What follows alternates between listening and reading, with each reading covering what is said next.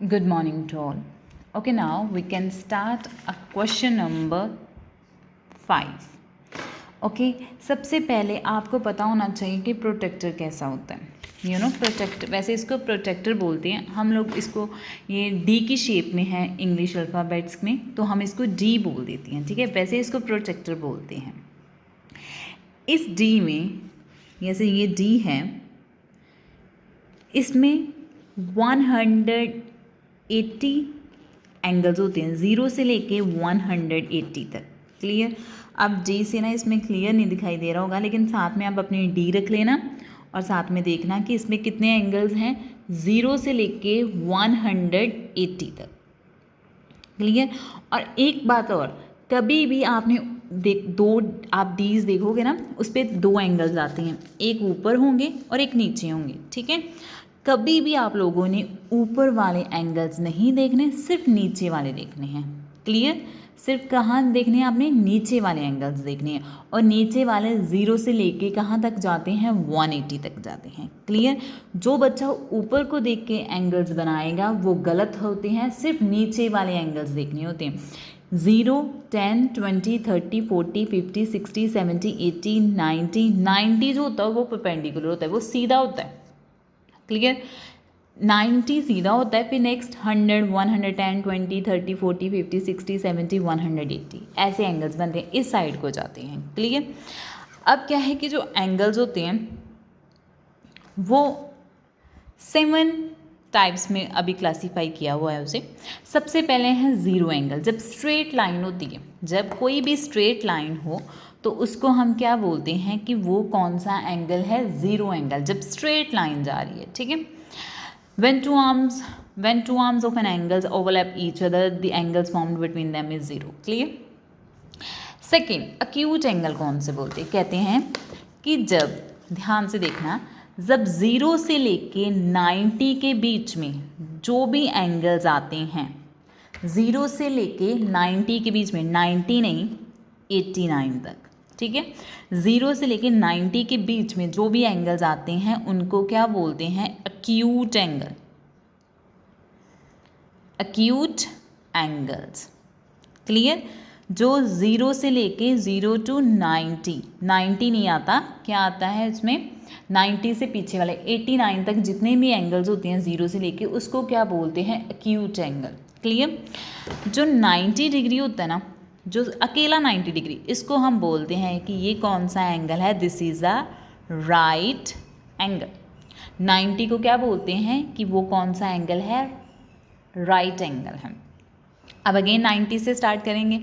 90 से लेके angles which measure more than 90 but it's less than 180, 90 से ज़्यादा और 180 से छोटा, ठीक है। 91 से लेके 179 तक जितने भी एंगल्स बनते हैं उनको हम बोलते हैं ऑब्ट्यूज एंगल। उनको क्या बोलते हैं? This is a obtuse angle. वो वाली टर्म्स नहीं लिखनी होती, बस उससे आगे वाली और इससे छोटी। जैसे 90 से लेके 180 के बीच में जितने भी एंगल्स आते हैं उनको क्या बोलती हैं? Obtuse angle. अब है स्ट्रेट। जब दोनों साइड्स पे, यहाँ पे हम डी रखेंगे और एक सीधी लाइन बनेगी, उसको हम क्या बोलते हैं कि ये कौन सी है? Straight angles. क्लियर? ये कौन सा होता है? Straight angle. मीन्स 180 अकेले को क्या बोलते हैं कि वो किसका एंगल है? स्ट्रेट एंगल है। क्लियर? एक होता है रिफ्लेक्स एंगल। रिफ्लेक्स एंगल होता है जो 180 से लेके 360 तक होता है, इसके बीच में जितने भी एंगल्स बनते हैं उनको बोलते हैं कि ये कौन सा एंगल है? रिफ्लेक्स एंगल है। क्लियर? 180 से लेके 360 के बीच में जितने भी एंगल्स बनते हैं वो कौन से बनते हैं? Reflex angle. कंप्लीट 360 के एंगल्स को क्या बोलते हैं कि this is a complete angle. Clear? Again एक बार समझाने लगी हूँ। जो 0 होता है मीन्स सिंपल, अभी स्टार्ट करना होता है, आप एक लाइन लेते हो, डी को हाफ में रखना स्टार्ट करते हो, जहाँ से स्टार्ट करते हो उसको हम क्या बोलते हैं कि this is the zero angle. Acute angle क्या होता है? जो 0 से लेके 90 के बीच में लाई करते हैं उसको क्या बोलते हैं कि this is a acute angle. Right angle 90 degree full को क्या हम बोलते हैं कि वो क्या है, राइट एंगल। अब 90 से लेके 180 के बीच में जितने भी एंगल्स आते हैं उसको हम बोलते हैं कि this is a obtuse angle. Straight 180 को क्या बोलते हैं, स्ट्रेट। 180 से लेके 360 के बीच में जितने भी एंगल्स लाई करते हैं उसको हम बोलते हैं कि ये क्या है, रिफ्लेक्स एंगल। और 360 के एंगल को क्या बोलते हैं कि ये क्या है, कंप्लीट एंगल। क्लियर। अब क्या है, एंगल्स मेजर करना मैं आज नहीं सिखाऊंगी। आज आप क्वेश्चन नंबर 10 भी रहने दो, आज हम क्वेश्चन नंबर 8 करेंगे, ठीक है। अभी मैंने समझाया है, मैं सिर्फ आपको फर्स्ट पार्ट करवाने लगी हूँ। सेकंड एंड थर्ड लाइन जो है वो आप खुद कंप्लीट करोगे, ठीक है। या फिर आज हम क्या करेंगे, ट्रू फॉल्स करते हैं। Question number 8, okay. Question number 8 है, classify the angles as acute, obtuse, straight, reflex, zero, right और कंप्लीट यूजिंग देयर मेजर्स। क्या है कि आपको ये गिवन है, जब ऊपर डिग्री आ जाता है ना, जैसे 117 डिग्री, ये छोटा सा देखो ऐसे डला हुआ है, उसको हम बोलते हैं कि ये क्या है, एक एंगल होगा। ये इसकी एक पहचान है। जैसे 117 के ऊपर ये डिग्री का साइन है, इसका मतलब ये एंगल्स हैं। कहते हुए अब आपने इसको देख के बताना है कि ये एक्यूट है, ऑब्ट्यूज है, स्ट्रेट है, रिफ्लेक्स है, ज़ीरो है, राइट है या फिर कंप्लीट एंगल है। क्लियर। बुक पे ही करना है, ठीक है। मैं सिर्फ आपको फर्स्ट पार्ट करवाऊंगी, नेक्स्ट आप खुद करोगे। क्लियर। सो जैसे आपके पास फर्स्ट है 117। 117 किसका एंगल होता है, मीन्स वो किस में आता है, किस कैटेगरी में आता है। 117 इसमें आएगा क्योंकि वो 90 से बड़ा है एंड 180 से छोटा है, तो इट मीन टू से डेट वो कौन सा है, this is a obtuse. Clear, कौन सा है, ऑब्ट्यूज। नेक्स्ट है 28, 0 से लेके 90 के बीच में है, 0 से लेके 90 के बीच में है, तो ये कौन सा हुआ, acute, so this is a acute. Next 150, ये किसके बीच में है, 90 to 80, 90 to 80 कौन सा होता है, obtuse, so this is a obtuse। बस ऐसे लिखना है आपने कि this is a obtuse, acute या फिर ऑब्ट्यूज। नेक्स्ट है 270, 270 किसके बीच में लाई करता है, 180 to 360, मीन्स ये कौन सा हुआ, रिफ्लेक्स, तो यहाँ पे आप क्या लिखोगे, reflex. And last one is zero. आपको पता है ज़ीरो कौन सा होता है, ज़ीरो इज ज़ीरो। एंगल लिखना है तो लिख लो क्योंकि डिग्री इंडिकेट कर रहा है, ये एंगल्स है। क्लियर। और एक बात आपको मैं और बताऊँ, ये एंगल्स कैसे होते हैं, जैसे आप 9 का टेबल करते हो वैसे ये 9 फिर 18 फिर 270, बट आप ऐसा भी मत करो, बस आप ध्यान रखना कि कौन से एंगल्स चल रहे हैं। क्लियर। अब नेक्स्ट चलो, एक इसमें है जैसे 49 डिग्री है। 49 डिग्री कहाँ पे आता है, 0 से लेके 90 के बीच में, this is acute, so this is acute.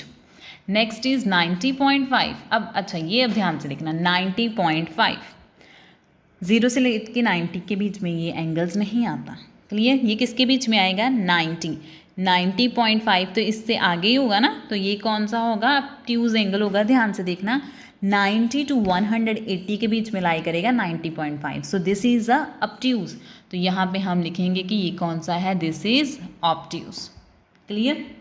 जैसे 285 इनके बीच में लाई करेगा, तो ये कौन सा हुआ, reflex, so this is a reflex.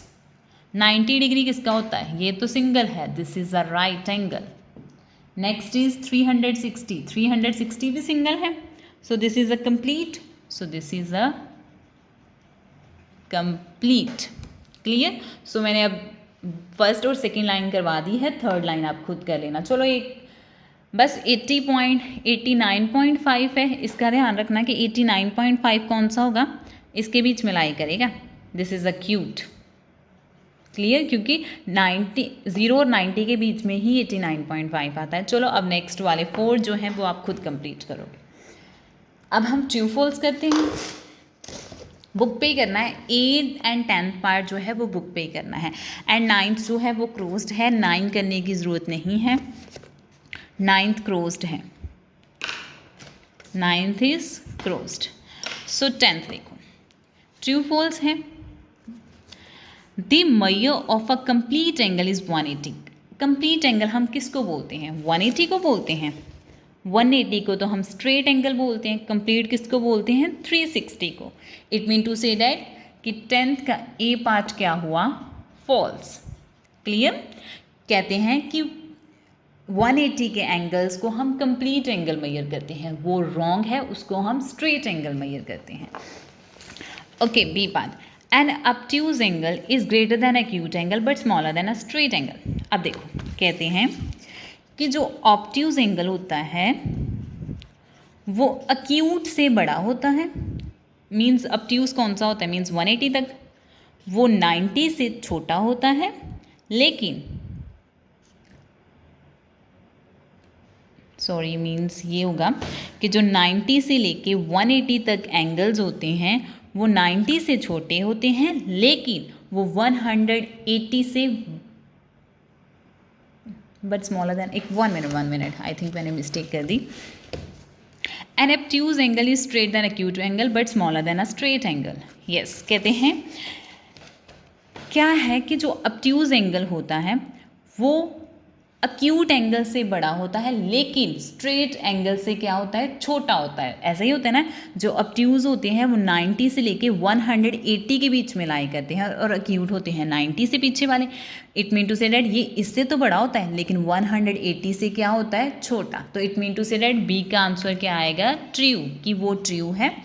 obtuse angle जो होते हैं वो बड़े होते हैं acute एंगल से, बट स्ट्रेट एंगल से क्या होते हैं? छोटे। कहते हैं when two line intersect at 90 degree, कहते हैं जब दो लाइंस इंटरसेक्ट करती हैं एक दूसरे को तो पैरेलल लाइंस बनती हैं। क्या ये 90 डिग्री का जब एंगल्स बनता है तो आपको लगता है कि ये पैरेलल लाइंस बन रही है? नो। सो सी का आंसर क्या होता है? फॉल्स। कि when two lines intersect at 90 they are called right angles, not a parallel lines. Clear? Next D, कहते हैं the inner and outer scale of a protector read the measurement of 90 same। कहते हैं कि जब आप protector अपनी D देखना, एक 90 ही एक ऐसा एंगल है जिसके ऊपर और नीचे के एंगल्स में 90 की पोजीशन जो है वो सेम रहती है। एक बार डी में देखना कि जो इनर एंड आउटर स्केल होता है प्रोटेक्टर का, जब हम उसकी मेजरमेंट करते हैं तो 90 डिग्री की मेजरमेंट सेम होती है। तो उन्होंने भी यही बोला कि क्या सेम होती है? यस, क्या होती है? सेम होती है।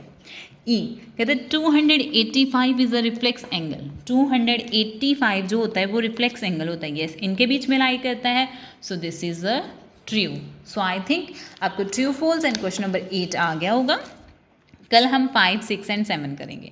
Thank you so much, have a nice day.